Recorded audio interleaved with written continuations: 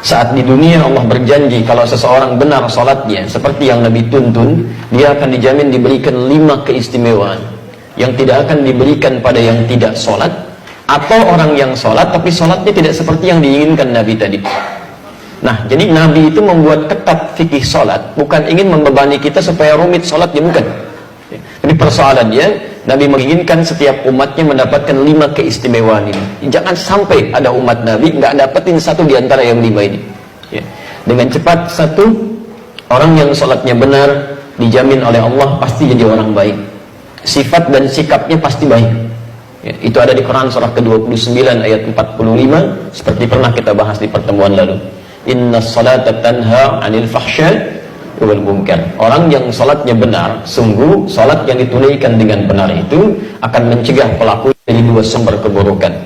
Pertama, fahsya, yang diingkari oleh hati, sumbernya nafsu, syahwat, ya. Maaf, pornografi, porno aksi, zina, LGBT, itu fahsya. Ya, munkar, keburukan yang diingkari oleh jiwa, sumbernya nafsu perut dan akal. Merampok, membunuh, ya, maaf, mencuri, korupsi, narkoba, macam-macam, itu mungkar itu. Jadi mustahil ada orang sholat perilakunya buruk. Jadi, Nabi menginginkan setiap orang sholat harus jadi orang baik. Silakan Anda cek ya, anak-anak kita itu baru tumbuh saja, menjelang balik usia 7 tahun, yang ditekankan oleh Nabi itu sholatnya, bukan yang lain. Karena Nabi ajari dia sholat. Kenapa? Karena kalau anak-anak baik sholatnya dari sejak awal, akan tumbuh jadi orang baik setelahnya. Saya ingin sampaikan pesan nih, agak unik sekarang ya. Kalau dulu orang fokus pada sholat nih, sekarang saya agak bingung, anak-anak TK udah diajarin manasik gitu kan. Insya Allah, fokus dulu pada sholatnya gitu kan. Tidak salah memang, cuman fokus pada yang utama gitu. Sholat pada belum baik, masuk ke masjid langkahnya sudah salah, diajarin manasik gitu kan. Baik, memang tidak keliru, tidak, cuma ada prioritas yang harus kemudian jadi patokan di situ.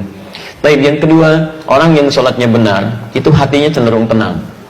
Cenderung tenang. Ada di Quran surah ke-20 ayat ke-14, ditafsir di Quran surah ke-13 ayat ke-28. Kita sudah bacakan. Wa aqimis salata lidzikri, tunaikan salat sebagai zikir kepada saya, kata Allah. Ditafsir di Quran surah Ar-Ra'd ayat ke-28, ala bidzikrillahi tatma'innul qulub. Jika benar zikirnya kepada Allah, salatnya benar, maka dampaknya ke hati pasti tenang. Kalau hati Anda sudah tenang, dihadapkan pada masalah apapun akan biasa saja. Yang besar jadi ringan, yang ringan seakan tidak ada masalah gitu. Di orang-orang yang sholatnya baik menghadapi persoalan kehidupan, itu cenderung lebih nyaman, tenang gitu, nggak susah dia. Itu poinnya. Yang ketiga, orang kalau sholatnya benar dijamin langsung oleh Quran, seperti pernah kita bahas kemarin ya, Allah akan jamin kemudahan hidupnya, bahkan rezekinya. Itu ada di Quran surah ke-65 ayat 2-3, ditafsir di Al-Baqarah di ayat yang sama 2-3. Wa may yattaqillaha yaj'al lahu makhrajan wa yarzuqhu min haitsu la yahtasib. Ya. Siapa yang bisa meningkatkan takwanya kepada Allah Subhanahu wa taala, takwanya tingkatkan, yaj'al lahu makhrajan. Kami berikan jalan keluar, solusi dari setiap persoalan yang ia alami. Tolong garis bawahi lagi ya, sering kita lupa ini. Rumus menyelesaikan masalah itu mudah menurut Quran. Anda tingkatkan takwa, masalah Allah selesaikan. Semakin Anda tingkatkan takwa, persoalan lebih ringan. Orang-orang yang terus meningkatkan takwanya kepada Allah, maka akan diringankan kehidupannya oleh Allah. Bukan gak punya masalah, Bu ya. Sama, dia punya masalah. Cuman saat akan dihadapi, Allah sudah ringankan masalahnya, sehingga seakan-akan seperti gak punya masalah. Jangan Anda kira misalnya para ulama, ya misal para kiai, para ustadz, atau orang-orang yang sebagian dekat dengan Allah nggak punya masalah. Mungkin banyak masalahnya, mungkin banyak. Kadang-kadang masalah orang juga ikut dipikirin juga gitu kan. Silakan Anda cek. Apa Anda pikir pulang pengajian ustadz selesai? Tidak. SMS kadang penuh lagi, kadang ada yang nanya via email lagi. Ya, diri sendirinya mungkin nggak punya masalah, masalah orang ikut dipikirin. Ya. Nah, tapi alhamdulillah ya, beberapa keadaan dibuat ringan. Ya, bukan nggak punya masalah, tapi diberikan keringanan ya dengan beberapa hal yang Allah kemudian berikan aturannya. Dan Anda tidak harus menjadi ustadz atau ulama untuk mendapatkan ketakwaan kepada Allah. Abu Bakar seorang pebisnis, ya. Uthman seorang pebisnis, Umar bin Khattab seorang birokrat. Ketika dekat dengan Allah, ringan masalah kehidupannya. Tayyib. Nah, bagaimana cara meningkatkan takwa? Kalimat takwa disebutkan 115 kali dalam Al-Quran.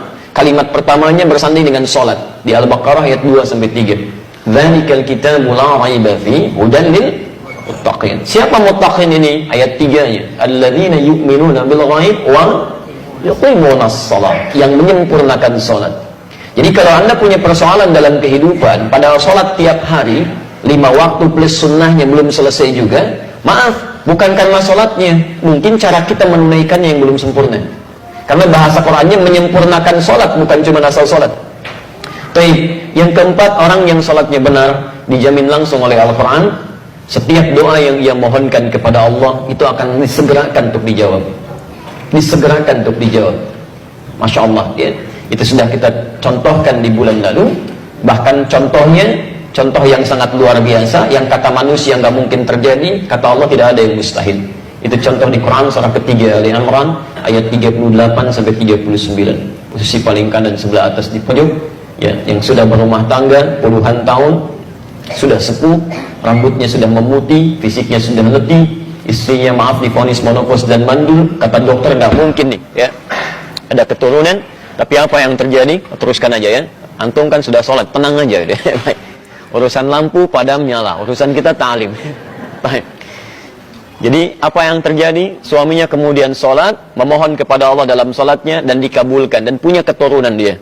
Ya. Dan yang terakhir, yang kelima, teman-teman sekalian, orang yang sholatnya benar dijamin oleh Allah Subhanahu Wa Taala hidupnya akan selalu bersanding dengan kesuksesan dan kebahagiaan apapun aktivitasnya.